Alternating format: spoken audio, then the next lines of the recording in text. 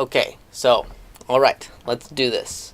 Let's take a look at this game. So this game was sent in by Gamificast, if I'm saying that right. His rating is 1708, so he's pretty good. And he's playing against someone that is rated 1716. So they're both about the same. Being 8 points difference really isn't much. It's pretty much the same rating.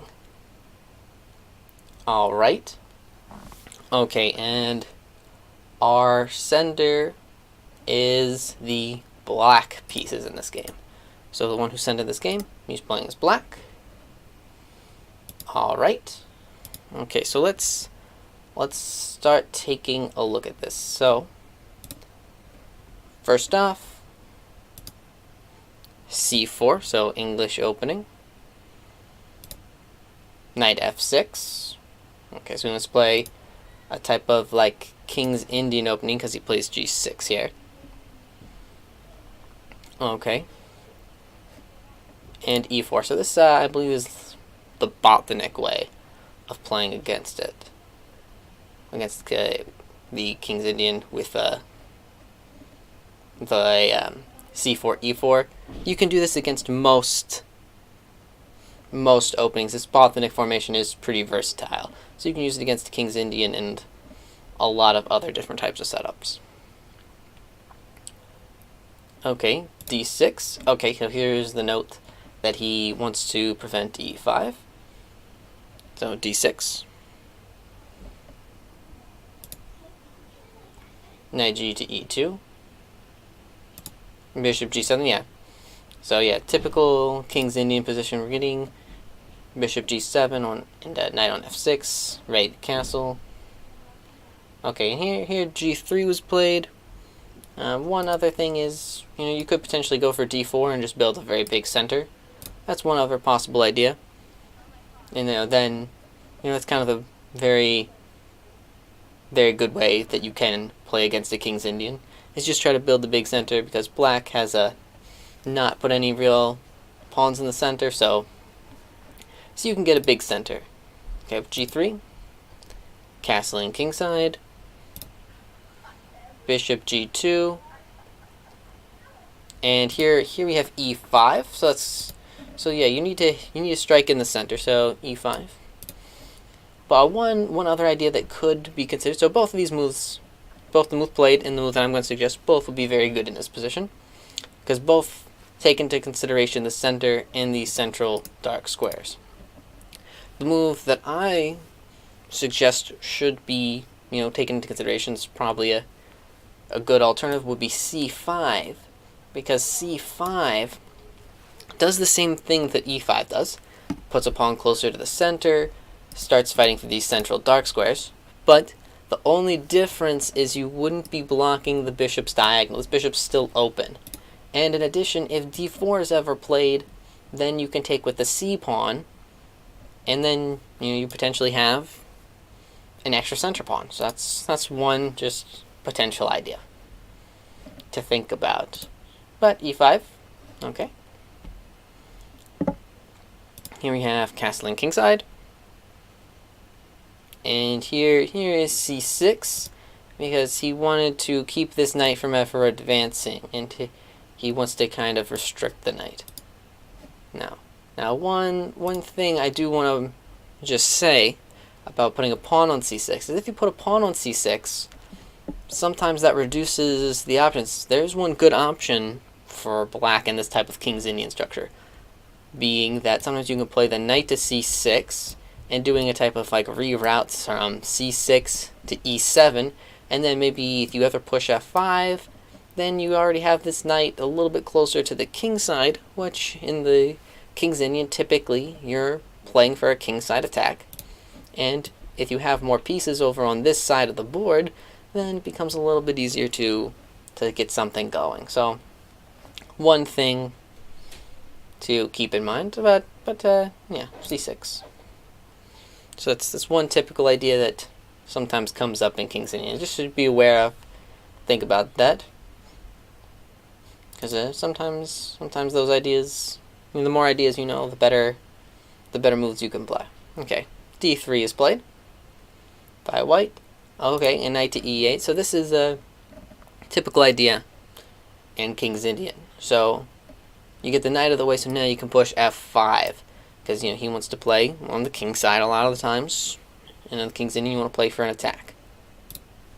Okay, so he's getting the knight out of the way so he can push. And also, with the center kind of closed up a bit, it usually becomes a good idea to start playing on the wing, because you can't play in the center. Normally, you always want to play in the center, unless you can't, at which point it becomes okay to start advancing on the wing. Alright, knight to e8 was played. Bishop to d2.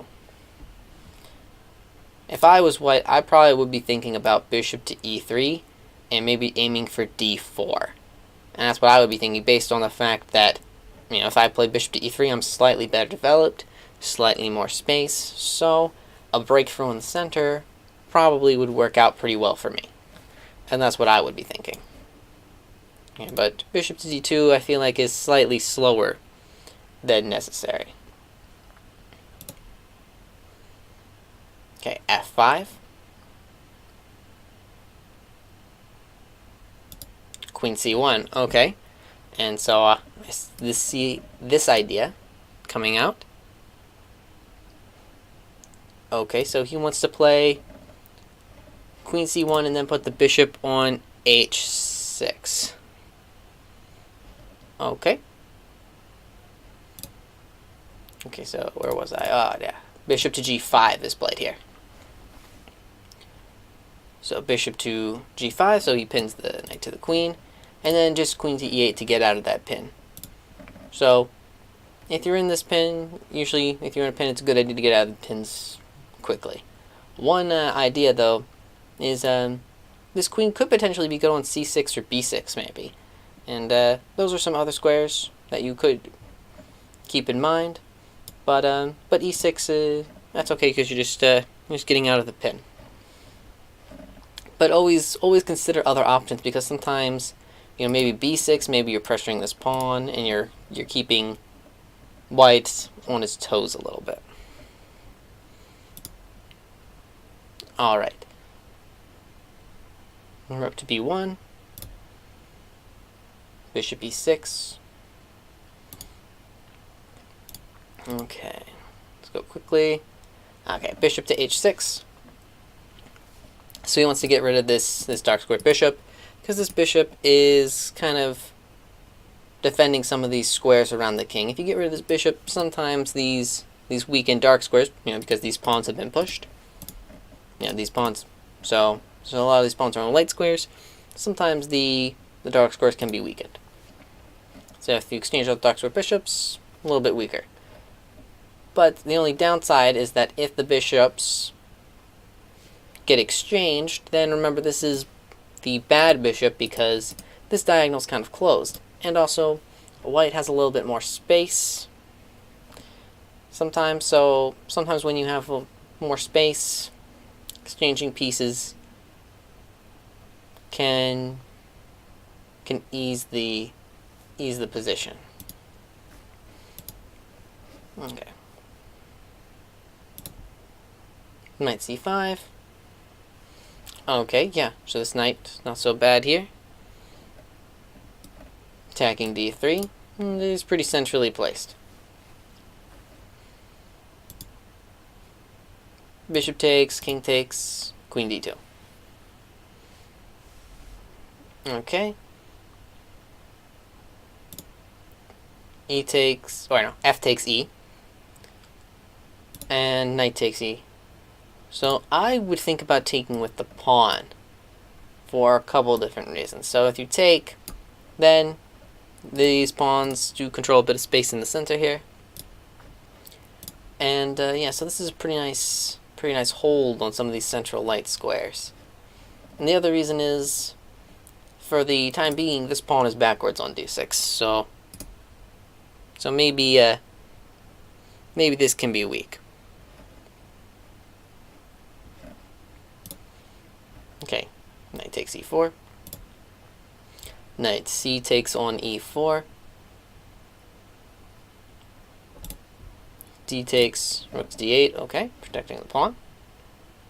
Queen A5, A6, F D1. Knight G4. Okay, so we got a double attack on F2.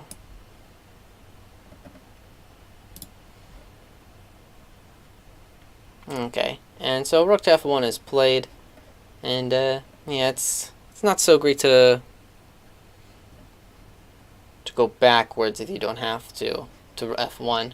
So one idea to consider is F3, but then you do weaken some of these dark squares, and also you are pushing the F pawn. Usually it's not advisable to push, so I guess rook to F1 is the right call to defend.